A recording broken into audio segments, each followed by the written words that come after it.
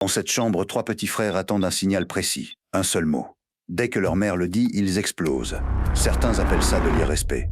Mais ce que ces enfants savent et que beaucoup d'adultes n'ont jamais compris, c'est qu'ils ne se contentent pas de bruit. Ils se contentent de savoir. Leur mère lève les mains. Elle dit Allahu Akbar. Et dans la seconde qui suit, Zayed, 4 ans, grimpe sur son dos pendant la prosternation.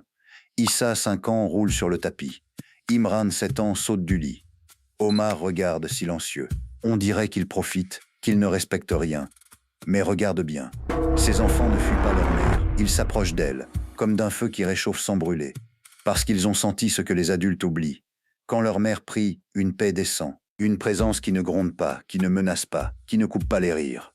Le Coran appelle ça la sakina, la tranquillité divine qui descend dans le cœur du croyant en prière. Ces enfants ne savent pas lire, mais ils savent reconnaître cette paix. Ils savent que rien de mal ne peut arriver autour d'un parent en connexion avec son Seigneur. Il y a 14 siècles, à Médine, un enfant est monté sur le dos du messager pendant sa prière. Son petit-fils Hassan, le messager a allongé sa prosternation, longtemps, jusqu'à ce que l'enfant redescende tout seul. Pas parce qu'il ne pouvait pas le soulever, mais parce qu'il savait, lui aussi à sa manière était en prière. Aujourd'hui, certains parents voient le désordre. Ils grondent, ils coupent, ils éteignent. Et sans le savoir, ils éteignent aussi quelque chose dans l'enfant. Cette confiance que la spiritualité est un refuge, pas une prison. Ce que ces petits frères ont compris et que nous oublions, la prière n'est pas un silence qu'on impose. C'est une paix qu'on offre. Jusqu'à la prochaine confidence.